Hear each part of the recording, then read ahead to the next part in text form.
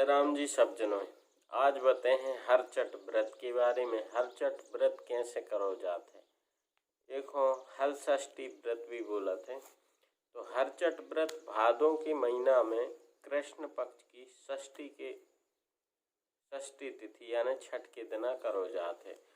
जो व्रत महिलाएं करत हैं और एक ही लाने आपको एक हर चट माता बनाने पड़ा थे। तो कुसा और छेवले के पत्ता इन सबको एक मिट्टी में गड़ाओ, उसको एक वृक्ष बनाओ। वृक्ष बनावे के बाद उनके नीचे भगवान शंकर, स्वामी कार्तिकेय, नंदी, पार्वती और गणेश जी इन सब की मूर्ति को छोटे छोटे बना के स्थापित करो। विधिवत उनकी पूजा करने हैं। अब पूजा हो गई, वो दिन आपको क्या खाने हैं। समा के चावल आप खा सकत हो। गाय के दूध से बनी भैंस जितनी भी वस्तुएं हैं वे आप खा सकत हो। मठा, दूध, दही ये सब आप खा सकत हो वो दिन। और व्रत बड़ी श्रद्धा और भक्ति के साथ करने हैं। जो व्रत काय करो जाते हैं, जो व्रत ऐसे करो जाते हैं कि अपनी जो संतान है वे सुखी और दीर्घायु रहें और स्वस्थ रहें।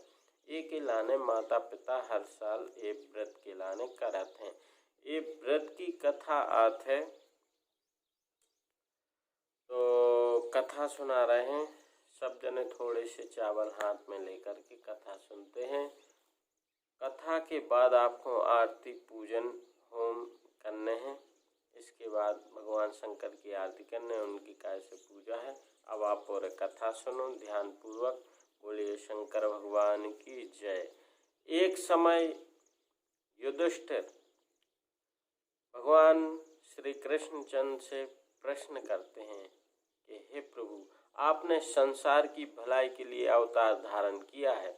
आप हमें कोई ऐसा व्रत बताइए जिससे कि संतान शोक ना हो, क्योंकि द्रौपदी और सुभद्रा पुत्र के मरने से बहुत शोक से ग्रस्त हैं और उनका दुख दूर हो सके। आप कोई ऐसा व्रत बताएं। और अश्वत्थामा के ब्रह्मास्त्र से उत्तरा का गर्भ भी नष्ट हो रहा है, इसलिए आप कोई हमें व्रत बताइए। तब भगवान श्री कृष्ण चंद्र बोलते हैं, उन्होंने कहा कि विधि पूर्वक तुम हल षष्ठी का व्रत करो। यह व्रत सुभद्र नाम का एक प्रसिद्ध राजा था प्राचीन काल में, और उसकी पत्नी का नाम सुवर्णा था। उसके एक हस्ती नाम का प्रतापी पुत्र था, जिसके ही नाम से उसने हस्तनापुरी आगे चल के बसाई। और एक दिन वह पुत्र, राजा और रानी का पुत्र, एक धात्री जो उन्हीं के राज्य में रहती थी, उसके पुत्र के साथ जल में गंगा नदी में खेलने जाता है। वहां पर जाकर के और वह दोनों बच्चे खेलते हैं। राजा के पुत्र को एक ग्राह पकड़ के जल में खींचकर ले जाता है। अब यह सब बात राजा रानी को जब पता चलती है तो वह बहुत क्रोधित हुए और उस धात्री के पुत्र को पकड़ करके और भभकती हुई अग्नि में फेंक देते हैं। यह सब जानकर के वह धात्री बहुत दुखी होती है और वह वन में चली गई और वहां वन में जाकर के भगवान को करुण आवाज से पुकारने लगती है, भगवान का व्रत पूजन करने लगती है। वहां पर कुछ खाने को नहीं मिलता है तो तृण धान्य और महुआ खाया करती है और भगवान का विधिवत शंकर भगवान का पूजन करती रहती है। बहुत समय के पश्चात एक समय नगर में अचानक एकाएक दृश्य होता है कि उस भभकती हुई अग्नि में से उस धात्री का पुत्र जीवित निकलते हुए देखा गया। यह वही षष्ठी का दिन था, भादों के कृष्ण पक्ष की, जिस दिन उसका पुत्र उस भभकती हुई अग्नि में से जीवित निकला।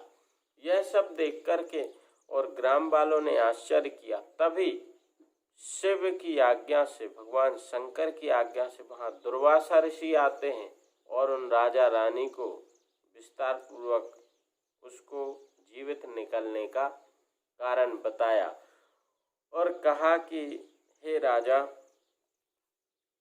इस महान आश्चर्य का कारण एक वही है कि उसका पुत्र जीवित निकल गया है। उसने विधि पूर्वक भगवान शंकर का पूजन किया है।